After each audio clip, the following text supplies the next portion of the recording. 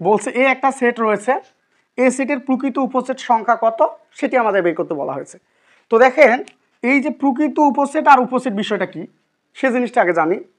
তো প্রকৃত উপসেট বের করতে গেলে আমরা 2n-1 এই রাশিমালাটা ব্যবহার করব, যেখানে আমরা n হচ্ছে উপাদান সংখ্যা। কি সংখ্যা?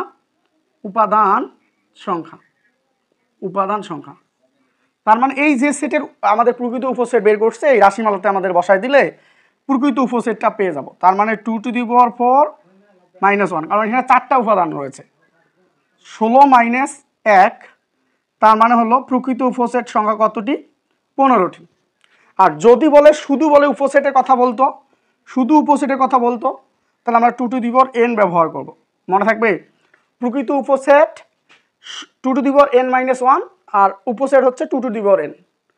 তার মানে তখন হবে 2n মানে হচ্ছে 4, তার মানে 16টি।